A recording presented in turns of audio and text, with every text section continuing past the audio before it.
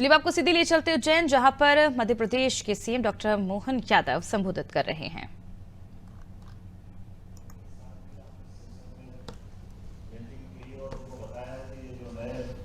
उसको बदलाव हमने किया और भविष्य में आप कौन सी कठिनाई आपको आ रही है उनके बारे में भी आपने कहा एड्रेस दे करके कि आप भविष्य में जिन कानूनों का वर्तमान के उद्योग संचालन में कठिनाई आती है उनको भी और सरकार बदलने के लिए तत्पर रहेगी, क्योंकि ये हमारी सरकार संवेदनशील लेकिन पारदर्शी और जवाबदेही वाली व्यवस्थाओं को पसंद करती है।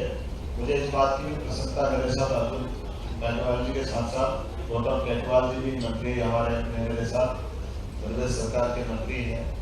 हमने सबने मिलकर के 2 दिन तक लगभग अलग अलग सेशन में, खास करके मैं उद्घाटन समापन में शामिल हुआ हूँ। हमारे 10 विभिन्न देशों के, अमेरिका, इंग्लैंड, ऑस्ट्रेलिया, जाम्बिया सहित ऐसे अलग अलग 10 देशों के हमारे 250 से ज़्यादा अलग अलग प्रकार के उद्योग या निवेश करने वाले मित्रों के साथ इस पूरे आयोजन में हमने लगभग 15,000 एकड़ भूमि का अलॉटमेंट दिया। हमने अपने लैंड बैंक 1 लाख एकड़ भूमि का लैंड बैंक हमारा बना हुआ है, जहां हम बिजली आवश्यक वो सारी सारी की सारी मूलभूत सुविधाओं के साथ निवेश को बहुत पारदर्शी और सरल तरीके से, इसीलिए इसका तरीका भी बदला कि हमने अपने निवेश के 2 दिन के विभिन्न प्रकार के स्थानों पर भूमि पूजन, लोकार्पण के कार्यक्रम भी बनवाए। अलग अलग अपने इसी उज्जैन हमारे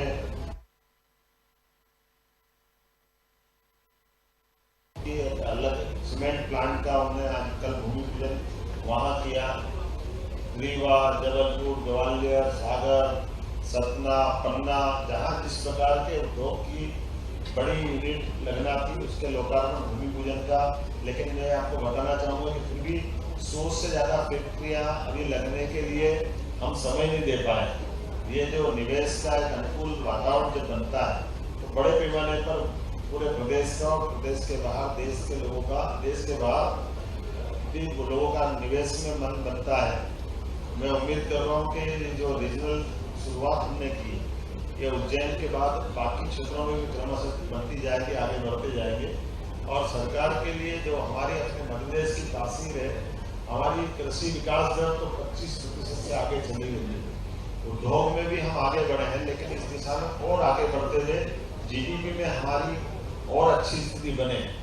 जो अभी हमारा आंकड़ा है उसको हम डबल पे पहुँचाएं, ये प्रयास करने के लिए हमने ये पूरा आयोजन किया था। और इस आयोजन को विक्रमोत्सव का एक हिस्सा बनाया। जैसा आप जानते हैं कि सम्राट विक्रमादित्य का विक्रमोत्सव बीते 18 साल से लगातार करते जा रहे हैं, लेकिन विक्रमोत्सव में विक्रमोत्सव का भी आनंद लें, लेकिन वहाँ हमारे अपने उद्योग के निवेश की बात भी हो। अलग अलग प्रकार से विक्रमादित्य के काल में ये सारी व्यवस्था सुशासन के नाते जानी जाती थी, इसलिए वैदिक घड़ी का भी हमने इसी में कार्यक्रम किया। तो अभी आज PM श्री एम्बुलेंस की जो सुविधा दी है, ये सुविधा एक अपने आप में पूरे लिए बहुत अलग हटके भी है और यूनिक भी है। जहाँ क्रिटिकल ऐसे मरीज, जिन मरीजों को उच्चतम कहीं उनकी चिकित्सा व्यवस्था की आवश्यकता पड़ेगी, डॉक्टर के परामर्श के आधार पर प्रत्येक व्यक्ति की चिकित्सा सुविधा में मदद करना है सरकार का उत्तरदायित्व है। इसलिए आज हमने इसको प्रारंभ करने का निर्णय किया है। मैं आज के अवसर पर ये कुछ लिटरेचर आपको मैं दिलवा दूंगा, जिसमें अलग अलग प्रकार से इसमें लिखा है। लेकिन जो मेरी जानकारी में है, 1 और 2 तारीख की 2 दिवसीय समिट में 63 इकाइयों का वर्चुअल उद्घाटन हुआ है। 21 क्षेत्रीय कार्यक्रम किए गए हैं। ये इकाइयाँ राज्य में लगभग 10,064 करोड़ रुपए के निवेश के माध्यम से 17,000 से अधिक रोजगार के अवसर सृजित करेगी। राज्य के 283 गृह MSME इकाइयों को मिलाकर के 12,170 करोड़ से अधिक के निवेश के 1250 एकड़ के अधिक भूमि आवंटन संबंधी आदेश भी हमने जारी कर दिए हैं। अदानी ग्रुप ने विभिन्न क्षेत्रों के लिए 75,000 करोड़ के निवेश की उन्होंने घोषणा की। पेप्सिको द्वारा विक्रम उद्योगपुरी में 1250 करोड़ रुपए का निवेश करने की घोषणा हुई है। इस निवेश से 500 रोजगार के अवसर मिलेंगे। एलपीआई माइंड ट्री के मध्य प्रदेश शासन के साथ एक एमओयू पर हस्ताक्षर हुए हैं। सुपर कॉरिडोर इंदौर में उनके प्रस्तावित परिसर में 500 करोड़ के निवेश करेंगे और आईटी की नीति के अंतर्गत 10 एकड़ की जमीन हमने इंदौर के लिए आवंटित की है, जिसमें 10,000 से ज्यादा रोजगार के अवसर भी हमारे अपने यहाँ के होनहार बच्चों को मिलेंगे। 20 से अधिक औद्योगिक समूह द्वारा 1-to-1 बैठक की गई है। 17,000 करोड़ के निवेश के प्रस्तावों पर चर्चा हुई है। 880 इकाइयों द्वारा विभिन्न क्षेत्रों में 1 लाख करोड़ से अधिक निवेश करने के लिए इंटेंशन टू इन्वेस्ट प्रदर्शित किया गया है। मैंने एयर एम्बुलेंस की बात तो रखी दी है। हमने कोशिश की कि ये पूरा आयोजन खास करके हमारी वर्तमान की कृषि, खाद्य प्रसंस्करण, खनिज, इंजीनियरिंग, कपड़ा, आईटी, इलेक्ट्रॉनिक्स, शहरी अधोसंरचना और भी अन्य क्षेत्रों में जहाँ जहाँ भी निवेश की संभावना है, उस सभी को समेकित रूप से एक ही छतरी के नीचे ये कार्यक्रम करने का प्रयास किया था। और इसी के माध्यम से सरकार की प्रत्येक जिले के उत्पाद को लेकर के ओडीओपी और अन्य उत्पादों को लेकर के बढ़ावा देने के लिए हम लगातार बायर सेलर बैठक करके इस दिशा में भी हमने काफ़ी लोगों के लिए ध्यान आकर्षित कराया है। मैं उम्मीद कर रहा हूँ कि आज के इस अवसर पर जो 2,500 से ज़्यादा हमारी ये बैठकें हुई है, इसका रिजल्ट बहुत जल्दी सकारात्मक आएगा। इस आशा के साथ मैं माननीय अर्जुन मेघवाल जी को ये माइक देता हूँ। वे अपनी कुछ कानूनों को जो हमने समाप्त किया थोड़ी संक्षिप्त में जानकारी देंगे। माननीय अर्जुन मेघवाल, मंत्री भारत सरकार। धन्यवाद मुख्यमंत्री जी, साथियों सबको।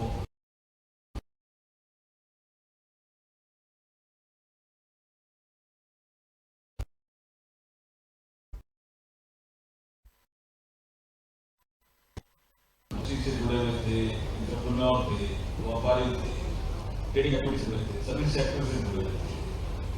तो सबसे जुड़े हुए हमारे 4-5 ऐसे कुछ इंटरवेंशन हुए हैं ministry of law and justice में नरेंद्र मोदी जी ने, वो सबके लिए, जैसे हमने आर्बिट्रेशन लॉ में अमेंडमेंट किया और एक इंटरनेशनल लेवल का एक आर्बिट्रेशन सेंटर हमने बनाया। तो आर्बिट्रेशन में ये लोग जो भी सिंगापुर जाकर के, दुबई जाकर के अपना आर्बिट्रेशन का अवार्ड करते थे, उनको सबको भारत में अवसर मिलेगा आर्बिट्रेशन के तहत अपने मामलों का निस्तारण। इसी तरह से हमारे मीडिएशन लॉ में भी अमेंडमेंट हुआ नरेंद्र मोदी जी के नेतृत्व में, पिछले सत्र में हुआ। और मीडिएशन लॉ में अमेंडमेंट होने से अगर 2 पार्टनर लड़ रहे हैं लंबे समय से, या 2 लोग लड़ रहे हैं जो पहले बिजनेस साथ करते थे या साथ नहीं करते थे, एक ने किसी को माल सप्लाई किया, वो पेमेंट नहीं कर रहा, लड़ रहे हैं, ये मीडिएशन लॉ एक मीडिएटर उन दोनों को कहेगा कि आप जिसको भी मीडिएटर बनाना चाहो बना लो। ऐसा नहीं है कि पहले कोई मीडिएटर बनाते नहीं थे, बनाते थे, लेकिन लीगल सेंटिटी नहीं थी। तो जब लीगल सेंटिटी नहीं थी तो कोई लोग नहीं मानते थे, तो फिर वापस कोर्ट में लाते थे। तो अब नरेंद्र मोदी जी ने उसमें लीगल सेंटिटी जोड़ दी कि जिसको आपने मीडिएटर तय किया और जो मीडिएटर ने फैसला कर दिया, उसके पीछे लीगल सेंटिटी, कानूनी ताकत आ गई और आपको उसको मानना ही पड़ेगा। तो डिस्प्यूट भी कम होंगे और मामला भी जल्दी छूटेगा। जैसे माननीय मुख्यमंत्री जी ने कहा कि ऐसे बहुत से कानून थे जो अंग्रेजों के जमाने से बने हुए थे, उनकी आवश्यकता नहीं थी, उन कानूनों को हमने समाप्त किया। लेकिन 3 ऐसे कानून हैं जो बहुत महत्वपूर्ण थे, जिसको हम Indian penal code, criminal procedure code, evidence act कहते थे। ये 1860 और उसके आसपास के बने हुए थे। लेकिन देश आजाद होने के बाद सीआरपीसी में 1973 में छोटा सा एक अमेंडमेंट हुआ, उसके बाद कोई अमेंडमेंट विशेष हुआ ही नहीं। तो अभी जैसे माननीय मुख्यमंत्री जी ने सबके सामने ओपन प्लेटफॉर्म से कहा कि अंग्रेजों को नागरिकों को दंड देना था, इसलिए वो इंडियन पीनल कोड लाए, और मोदी जी को नागरिकों को न्याय देना है, इसलिए वो भारतीय न्याय संहिता लेकर गए। ये शासन करने का फर्क भी समझना पड़ेगा। आप देखिए लंबे समय तक तारीखें पड़ती थी, कोई कॉमर्शियल मामला आ गया तो कोर्ट छोड़ता था, अभी हमारे पास एक्सपर्टीज नहीं है, तो नरेंद्र मोदी जी ने कहा कॉमर्शियल कोर्ट ज्यादा होना, तो कॉमर्शियल कोर्ट होना चाहिए। ऐसे कानून जिनकी उपयोगिता नहीं वो समाप्त कर दिए। हम जन विश्वास बिल लेकर के आए, जिसके माध्यम से हमने कहा कि हम आपको विश्वास करेंगे, और उन्होंने जो उसमें ऐसे कुछ प्रोविजन थे छोटे छोटे चीजों के लिए अपराध घोषित करते थे, अपराधी बना देते थे, जुर्माना लगा देते थे, और सब हटा दिए नरेंद्र मोदी जी ने और कहा कि कंप्लायंस की बर्डन हम कम से कम रखेंगे, आप इन्वेस्ट करिए, देश को आगे बढ़ाइए। इकोनॉमिक क्षेत्र में जब देश आगे बढ़ेगा तो निश्चित रूप से रोजगार के अवसर भी ज्यादा होंगे। यही आज का एक मीट का उद्देश्य था, रीजनल इंडस्ट्री कॉन्क्लेव जो उज्जैन में 2 दिवसीय आयोजित हुई। मैं उसके लिए पुनः मुख्यमंत्री जी का भी धन्यवाद करता हूँ, मुझे बुलाने का भी धन्यवाद करता हूँ।